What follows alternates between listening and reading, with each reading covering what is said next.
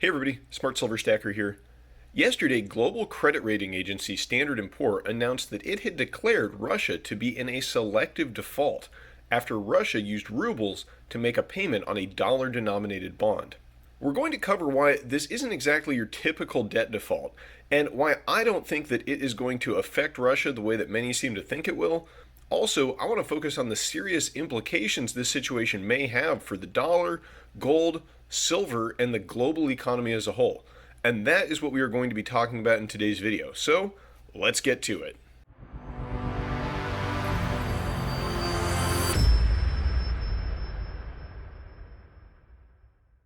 Okay, so here's the headline that we got from Bloomberg yesterday. Russia's first default in a century looks all but inevitable now. And we can take a look at this story and see that the gist of it is that the Treasury halted dollar debt payments from Russian accounts in U.S. banks, and it ramped up its restrictions on the country. And then the Russians attempted a hard currency payment, but it was blocked. So Russia was forced to breach the terms on two bonds by paying investors rubles instead of dollars. And that is the reason that Standard & Poor has declared Russia to be in a selective default. And now some of you watching may be saying, hey, didn't Russia default back in 1998?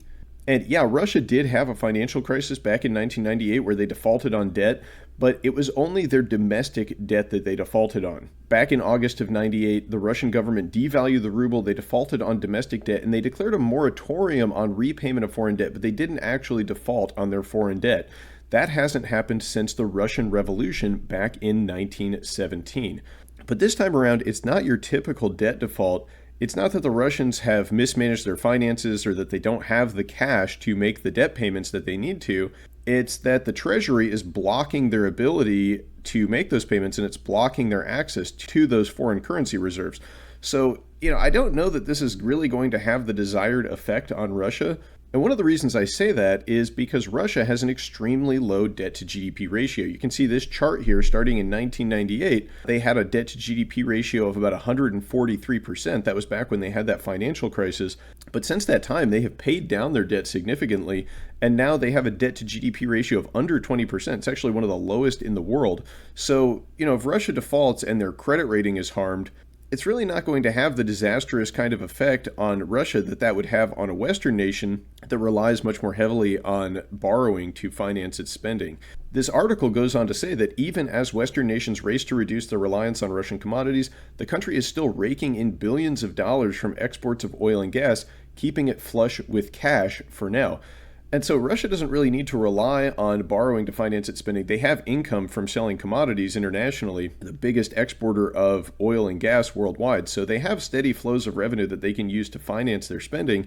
And ultimately, I think that this move is really going to come back to bite the dollar, because what we are telling lenders on the international stage is that if you lend in dollars and then the U.S. becomes at odds with whoever you're lending to, we are going to block their ability to repay you. And that is a dangerous move, because to maintain our world reserve currency status with the dollar, people need to be able to trust the dollar. And this is going to undermine that trust even further, just as many of these sanctions have done. And, it's not just Russia. Janet Yellen came out just a few days ago and said that the U.S. is prepared to use sanctions against China if China invades Taiwan.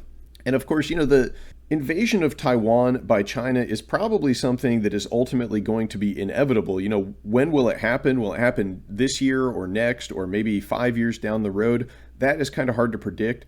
But, one thing that might happen is if the US or NATO becomes involved in a conflict in Eastern Europe with Russia, that could be a window of opportunity that China seizes to invade Taiwan. And, if we respond with the kind of sanctions against China that we are imposing against Russia, that is going to be extremely detrimental to the global economy and extremely detrimental to the dollar. Sanctioning Russia is one thing, but sanctioning China would be a disaster. And the reason I say that is you can see this chart of the top 10 nations by GDP. Russia doesn't even make it into the top 10. They are actually in the 11th position, whereas China is number 2. They have a massive economy compared to Russia's. It's one thing to try to cut Russia out of the global economy, but China is a manufacturing powerhouse that makes tons of goods that we import. So if we were to sanction them, that could mean some real economic pain for the US. And all of this bodes very ominous for the dollar moving forward. All these moves that have undermined the dollar really are going to drive Russia and China and possibly other BRICS nations into a system similar to what Zoltan Poszar described in that document that he published called Breton Woods III.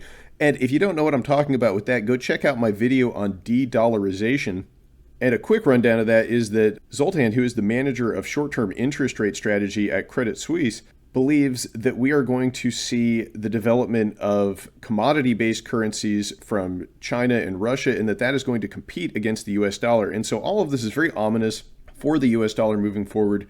Because of that, I think it's a good idea to be getting into some hard currency, some sound money, gold and silver, which inevitably, if the dollar loses purchasing power, which moves like this, they're undermining the purchasing power and the credibility of the dollar internationally, will be moving much higher. And none of this is financial advice. I'm just a guy on YouTube. I'm just telling you what I'm doing and my thoughts on the matter.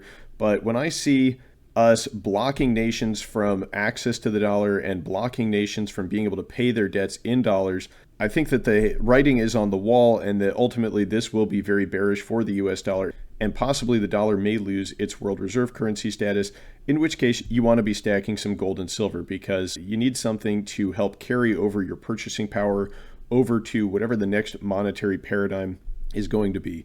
And speaking of the dollar losing purchasing power, if you haven't voted in this poll that I put out yesterday, head over to the Smart Silver Stacker community tab and you can vote for which asset you think will provide the best inflation hedge: cryptocurrency, precious metals, real estate, stocks, or something else. You can see so far 2,600 of you have voted, and precious metals is the winner by a long shot. I suspect that this channel's audience probably is skewed towards precious metals, so I don't know how representative this is of society's view as a whole. But if you want to vote, head over there and let us know why you voted for whatever you vote for in the comments down below that poll. And I do just want to say a big thank you to all of you for watching. Channel just hit 20,000 subscribers, so I am very grateful for that. I really do appreciate all of you watching. If you like this video, please do give it a big thumbs up down below. And if you haven't subscribed yet, consider clicking that subscribe button.